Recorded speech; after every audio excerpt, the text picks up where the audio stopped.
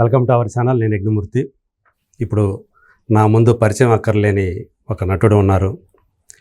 143 అనే సినిమాతో హీరోగా పలకరించారు. తర్వాత కాలంలో బంపర్ ఆఫర్ అన్నారు. ఇప్పుడు ఒక పథకం ప్రకారం అని చెప్తూ ఉన్నారు.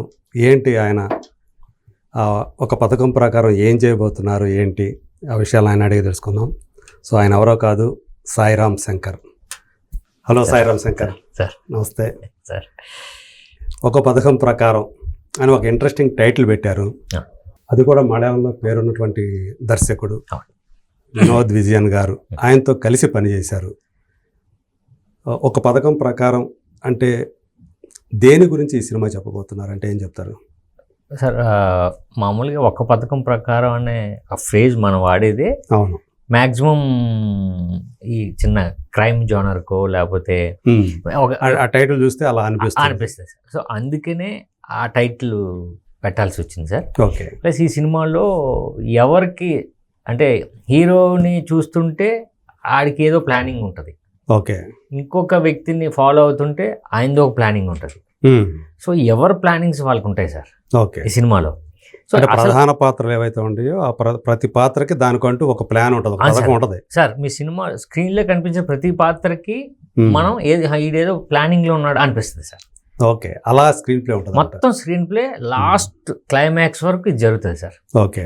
ఎవరు అసలు నిజమైన పథకం ఎవడు, అసలు ఈ కథకంతా పథకం ఎవరు ప్లాన్ చేస్తున్నారు అది ఉంటుంది sir last moment. Okay. So అందుకే ఇది కొలైకల్గా ఉంటుందని ఈ టైటిల్ అలా పెట్టారు. సో అంటే మీరు క్రిమినల్ లాయరా అంతే అనేది కూడా ఒక ఉంటుంది సార్, కథలో భాగం, అది భాగం, స్క్రీన్ ప్లేలో భాగం. అవును సార్. పోలీస్ ఆఫీసర్ సముద్రగాని గారు, ఆయన పోలీస్ ఆఫీసరా లేకపోతే అదే లేకపోతే హీరోయిన్ ఉంటారు, ఇలా మొత్తం అన్ని క్యారెక్టర్స్ మనం సస్పెక్ట్. అందరూ కూడా అనుమానాస్పదులే అనమాట. అందరూ అనుమానితులే. అందరూ అనుమానితులే. మీరు లాయరు. అవును సార్, క్రిమినల్ లాయరు. సో మిమ్మల్ని కూడా అనుమానించాల్సిందే. క్రిమినల్. సో మళ్ళీ ఒకటి ఏదో 10,000 రూపాయలు బహుమానం ఉన్నారు ఇంటర్వ్యూ లోపల కనుక ఎవరైనా కనిపెడితే. అవును సార్. స్క్రీన్ ప్లే అంత స్ట్రాంగ్గా ఉంటుంది సార్. ఓకే. నిజంగానే మనం ఇంటర్వెల్లో మ్యాక్సిమం గెస్ట్ చేయలేరండి. ఓకే. సో ఇంటర్వెల్కు మనం థియేటర్కి వచ్చే ముందు మన దగ్గర ఒక స్లిప్స్ ఉన్నాయి సార్. సో దాంట్లో క్యారెక్టర్ నేము, మన పేరు అన్నీ ఇస్తాం. Okay. So cinema first half చూసి బయటకు వస్తాం కదండి. ఓకే. చూసి రాసి అక్కడ మా వ్యక్తి ఉంటారు, మా పర్సన్, ఆయనకి ఇచ్చేయడం సార్. అన్ని థియేటర్ల దగ్గర 50 థియేటర్స్ సార్. మొత్తం టోటల్ రెండు రాష్ట్రాల్లో 50 థియేటర్స్ దగ్గర మనం ఇస్తున్నాం సార్. ఒక థియేటర్ 10,000 సార్. ఓకే. మార్నింగ్ షోకి మాత్రమే. ఓకే. అంటే అది కూడా లాటరీయా? ఎవరైనా ఇప్పుడు ఒకరు రాస్తే ఒకరికి ఇచ్చేస్తాం సార్. ఓకే. ఒక ఇద్దరు రాస్తే మాత్రం ఒకరికి ఇస్తాం సార్. అంటే ఎవరు గెస్ చేశారు అంటే కరెక్ట్ గెస్ చేసిన వాళ్ళకే కదా. అంతే సార్, అంతే కదా. కరెక్ట్ గెస్ చేసి మనం అప్పుడు రాసిన స్లిప్లు మనం మళ్ళీ చూస్తాం సార్. ఓకే. వీళ్ళు సెకండ్ హాఫ్ వెళ్ళి వచ్చే లోపు మనం చూసేస్తాం కదండి. ఓకే. సో అందులో కరెక్ట్ ఆన్సర్ ఉందా, ఆ ఆన్సర్లన్నీ పక్కన పెడతాం. ఓకే. రాసినోడికి తెలుసు కదండి నేను కరెక్ట్ రాశానని. ఆయన వచ్చి మనకి నెంబరు పేరు చెప్తాడు. సో అప్పుడు ఆయన ఒక్కరే రాస్తే ఒకరికి ఇచ్చేస్తాం. ఇందులో మోసం ఏం లేదు కదా. అంటే ఫస్ట్ హాఫ్ లో రాని క్యారెక్టర్లు ఏవి కూడా సెకండ్ హాఫ్ సార్ ఏది ఫేక్ లేదు సార్. ఓకే. అసలు అలా అయితే మనకి మళ్ళీ టోటల్ గా మనకు మళ్ళీ ఇంకొక ఇమేజ్, ఫేక్ ఇమేజ్. నాకు ఒక డౌట్ కరెక్టే సార్. అసలు ఈ విలన్ అనే వాళ్ళు అసలు ఫస్ట్ హాఫ్ లోనే రాకుండా సెకండ్ హాఫ్ లో వస్తే ఏంటి పరిస్థితి? అదే సార్, మీరు 7th చూడండి. అట్లాంటిది ఏదైనా ఉంటుందా? సో లాస్ట్ మూమెంట్ వరకు మనం గెస్ట్ చేయలేం సార్. ఓకే. ఉంది, స్క్రీన్ ప్లే స్ట్రాంగ్ ఉందండి. సో అందు గురించి అంత నమ్మకంతో అంటే ఎవరు గెస్ట్ చేయలేని విధంగా ఉంటుంది కాబట్టి ఇది పెట్టాం. 10,000 రూపాయలు బహుమానం పెట్టారు. ఓకే. అది కూడా పబ్లిసిటీకి ఉపయోగపడింది సార్. అందు గురించి ఏంటి ఇదే ఒక అటెన్షన్ అనేది క్రియేట్ అయింది. బట్ అందులో కూడా స్ట్రెంత్ ఉంది, కథలో స్ట్రెంత్ ఉంది. ఓకే. సో అంటే 50 థియేటర్లు అన్నారు కదా, ఎందుకని కొంచెం తక్కువ థియేటర్లు రిలీజ్ చేస్తున్నారు, ఎందుకని? కాదు సార్, మనం పెట్టింది 50 థియేటర్స్ మాత్రమే. అవునా? అంటే అవి సెలెక్టెడేనా? సెలెక్టెడ్. ఇప్పుడు మేము చెప్తాం సార్ కొన్ని థియేటర్లో. అంటే ఇప్పుడు ఎలా అంటే సార్, కొన్ని షోలు ఇప్పుడు మనకి 1:30కి అలా పడింది అనుకో సార్. అంటే ఇప్పుడు మన మల్టీప్లెక్స్లో షోలు లెక్క ఉంటుంది కదా సార్. అది 11:30కి స్టార్ట్ అయింది అనుకో సార్, సింగిల్ థియేటర్లో పడిపోద్ది కదా సార్ అంతలో. కరెక్ట్. సో అవి ప్రాబ్లమ్స్ ఉన్నాయి సార్ కొన్ని. ఓకే. అందుకని వెరీ ఫస్ట్ షోకి మాత్రమే ఇది అనమాట పరిమితి. అంతే సార్. సో కనీసం అంటే ఇది కూడా ఒక పథకం ప్రకారం చేశారని అర్థం అవుతా ఉంది. ఎందుకంటే ఆ 50 థియేటర్లలో ఖచ్చితంగా క్రౌడ్ ఉంటారు. అవును సార్, ఉంటారు కదా. ఇదేదో తెలుసుకుందాం చూద్దాం అని చెప్పేసి. అవును సార్. సో ఎవరైతే ఆ ఉత్సాహం చూపిస్తారో, ఆ కుతూహలం కలుగుతుందో వాళ్ళందరూ కూడా ఆ థియేటర్లకు వచ్చే అవకాశం ఉంటుంది. ఉంటుంది సార్. సో అంటే మనం కూడా అంటే ఇప్పుడు వైజాగ్ ఉంది సార్, అక్కడ మనకి ఎన్ని థియేటర్లు పడతాయి, ఒక 4 పడతాయి. సో అలాగా అంతే సార్. ఓకే. సో కరెక్ట్గా మనకి క్రౌడ్ టౌన్కి ఒకటి, సిటీలకి కాకుండా ఓవరాల్గా 2 స్టేట్స్లో ఎన్ని థియేటర్లో స్క్రీన్స్లో రిలీజ్ అవుతుంది నాకు తెలిసి ఈ వాళ్ళకి తెలుస్తుంది సార్. ఓకే. తెలుసు, కరెక్ట్ పిక్చర్ అనేది ఇప్పుడు తెలుసు వస్తుంది.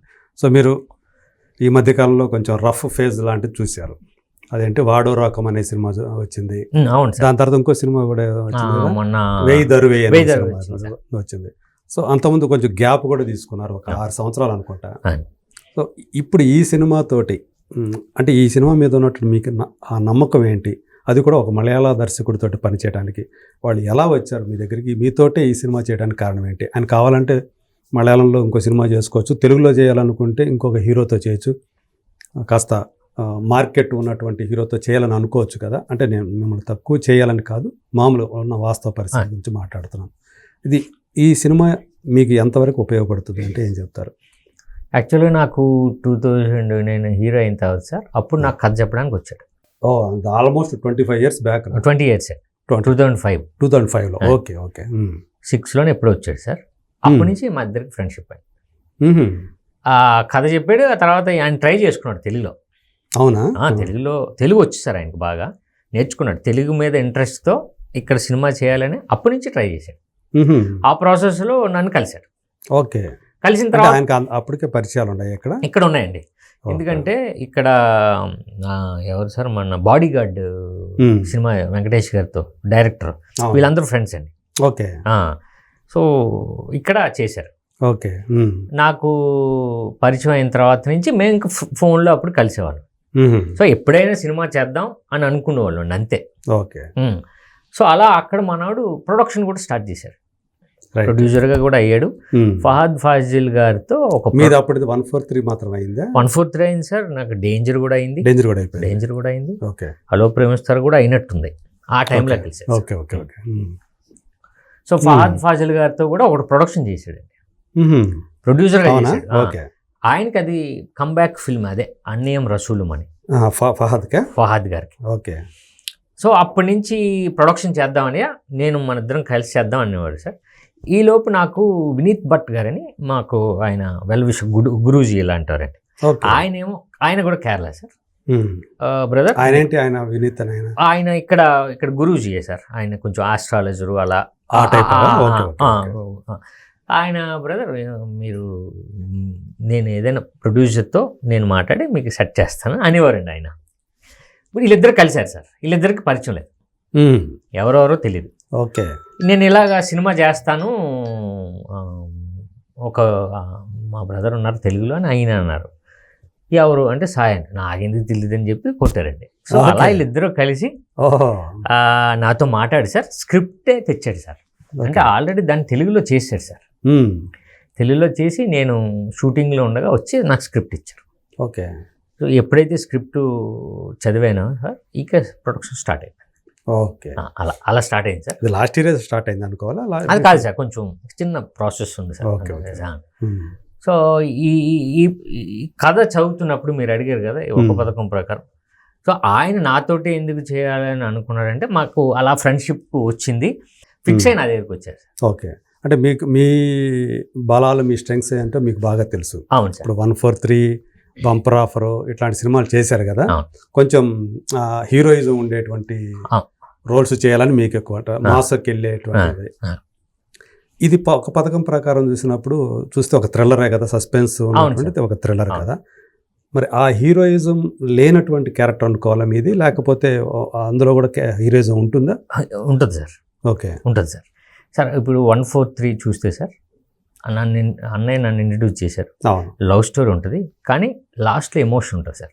హీరోయిజం ఉన్నా సరే హీరోయిజంతో పాటు ఒక ఎమోషన్తో చేసే క్యారెక్టరేషన్ ఉంటుంది సార్. రెండో సినిమా డేంజర్ సార్, అది థ్రిల్లర్ నేను చేసింది. అది కూడా మన నరేష్ గారు అందరితో సోలో హీరో కాకుండా నలుగురు ఉండేది, అది కూడా ఒక thriller element sir. Third cinema dual role చేశాను సార్, మన అన్నయ్య దిల్ రాజు గారు చేసి. అంటే అవును సార్, నేను ఎప్పటికప్పుడు అంటే కథలు మారుస్తూ, బట్ అందులో నా క్యారెక్టరైజేషన్ ఏంటి, నా క్యారెక్టర్ ఏంటి, మీరు అన్నట్టు హీరోయిజం ఉందా, మాస్ ఇమేజ్ ఉందా, అది కాదు కానీ సార్, హీరోయిజం ఉందా, హీరోగా ఉంటాడా లేదా అనేది చూసుకుంటాను సార్. ఓకే. అలానే ఇందులో కూడా ఉంది సార్. అందులో అంటే ఇది కొంచెం ఇంటెన్సిటీ ఉన్న character sir. Okay. Criminal lawyer, but చాలా స్ట్రిక్ట్ లాయరా, హానెస్ట్ లాయరా కాదా, క్రిమినల్లా, ఇన్ని షేడ్స్ ఉంటాయి సార్ లాస్ట్ వరకు. ఓకే. అది నాకు నచ్చింది. ఓకే. అంటే మీకు పర్ఫార్మెన్స్కి అవకాశం ఉన్నటువంటి ఒక క్యారెక్టర్ అనిపించింది బాగా? చాలా అనిపించింది సార్. ఓకే. అంటే ఇప్పటి వరకు మీరు చేసిన సినిమాల క్యారెక్టర్లతో పోల్చుకుంటే ఇది డిఫరెంట్గా ఉంటుంది, ఇంకొంత భిన్నంగా ఉంటుందని అనుకోవచ్చా మేము? 100% సార్, భిన్నంగా చేశాను కూడా. ఓకే. ఓకే. సో స్టార్టింగ్ ఒక 3 days షూట్ చేసాం సార్. అది నాకు కుదరలే.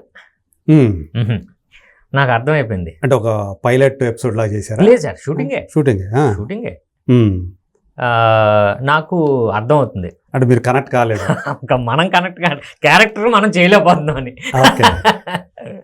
అంటే డైరెక్టర్కి అనుకున్నట్టుగా ఒకటైతే, 2 నాకు మైండ్లో కొడతా ఉంది, ఏదో తేడా ఉంది, తేడా చేస్తున్నాం మనం. బట్ అంటే మీలో ఉన్నటువంటి డైరెక్టర్ మేల్కొని అక్కడ చెప్తున్నాడు అనమాట. చెప్తున్నాడు సార్. అది డైరెక్టర్కి అర్థమైంది, కెమెరామెన్కి అర్థమైంది అనే విషయం నాకు అర్థమైంది. మిగతా వాళ్ళకి తెలియదు సార్. అదే అదే మిగతా వాళ్ళకి తెలియదు. మీ ముగ్గురులో ఉంది అది. ముగ్గురికి అర్థమైంది అని ముగ్గురికి తెలుసు, కానీ మిగతా వాళ్ళకి తెలియదు. వాళ్ళు కూడా నాతో చెప్పలేదు సార్. ఇది గెంటుతున్నది, సంథింగ్ మనం చిన్నగా యాక్ట్ చేస్తున్నాం, ఓకే, అది తెలుస్తుంది అన్నది నాకు అనిపించింది. బట్ లక్కీగా ఏమైందంటే ఆ 3 days తర్వాత లొకేషన్స్కి మనం ఇది కాదు, కథకి మనం కరెక్ట్ లొకేషన్ పట్టుకుందామని కెమెరామ్యాన్ గారు డెసిషన్ తీసుకున్నారు. అయితే మీరు లొకేషన్ స్కౌటింగ్కి మీరు వెళ్ళండి అని చెప్పి, అప్పుడు సాయికి కూడా అని చిన్న ఈ క్యారెక్టర్ మీద ఆయనకి గ్రిప్ వస్తే బాగుంటుంది అని వినోద్ విజయన్ డైరెక్టర్తో అంటే, అప్పుడు NSD నుంచి నేషనల్ స్కూల్ ఆఫ్ డ్రామా నుంచి ఆయన ఫ్రెండ్ని తీసుకొచ్చారు సార్. ఓకే. 1 month మన ఆఫీస్లో ఉండి ఓవరాల్ క్యారెక్టర్ కాకుండా ఓవరాల్ అసలు ఆర్టిస్ట్కి మళ్ళీ నేను ట్రైనింగ్ తీసుకున్నాను సార్. అంటే మళ్ళీ ఓనమాలు నేర్చుకున్నారు? ఓనమాలు సత్యనారాయణ గారి దగ్గర నేర్చుకున్నాను సార్. ఇంకా బెటర్మెంట్ రియలిస్టిక్గా, ఇప్పుడు కేరళ మలయాళం సినిమాలు మనం చూస్తుంటాం, మోర్ న్యాచురల్ ఉంటాయి సార్, అది వచ్చేటట్టు ఓకే నేను ట్రైనింగ్ తీసుకున్నాను సార్. ఒక న్యాచురల్ పర్ఫార్మెన్స్ వచ్చేటట్లుగా అది వచ్చింది సార్. ఓకే. అంటే ఆ క్యారెక్టర్కి ఏం కావాలో అదంతా కూడా ముందు ట్రైనింగ్ తీసుకున్నాను సార్. ఓకే. అంటే ఆ క్యారెక్టర్తో పాటు అసలు ఓవరాల్గా ఆర్టిస్ట్గా మనం ఎంత ఇంకా మోర్ న్యాచురల్గా ఇన్వాల్వ్ అయ్యేటట్టు అది నాకు ఉపయోగపడింది. ఓకే. రేపు ఫ్యూచర్లో కూడా ఉపయోగపడేటువంటి ట్రైనింగ్ అనుకోవాలి. చాలా సార్. నాకే తేడా తెలుస్తుంది ప్రతిసారి. ఇప్పుడు చాలా సార్లు చూశానండి, ఒక్కొక్కసారి ఓకే డైరెక్టర్ ఇన్పుట్స్తో అక్కడ నేను చేశాను సార్. అంటే నటుడుగా మరింత మెచ్యూరిటీ వచ్చింది నాకు అనేటువంటి ఒక ఆ కాన్ఫిడెన్స్ మీకు వచ్చిందా? వచ్చింది సార్, వచ్చింది 100% నాకు అనిపించింది. ఓకే మనం ఇందులో చేసాం. ఆ కాన్ఫిడెన్స్ అయితే ఉంది. అంటే ఈ సినిమా తర్వాత సాయిరామ్ శంకర్కి ఖచ్చితంగా ఒక కమర్షియల్గా మంచి బ్రేక్ వస్తుందని చెప్పేసి ఎక్స్పెక్ట్ చేయొచ్చా? నేను బాగా నమ్ముతున్నాను sir. Okay. Cinema pass sir. Okay. ఈ సినిమా మేము తీసుకెళ్తే మేము పాస్ సార్. అదే అంతే. ఇప్పుడు సినిమానే రాలేదు అనుకోండి సార్, అది ఎలానో ఫెయిల్యూర్, కానీ 100% సినిమాలో ఆ స్ట్రెంత్ ఉంది సార్. ఓకే. ఆ అంటే పాస్ అవ్వడానికి సినిమా రెడీగా ఉంది, మేము దాన్ని తీసుకెళ్ళి ఆడియన్స్కి మేము రప్పించగలిగితే మేము పాస్ అయిపోతాం సార్. అదే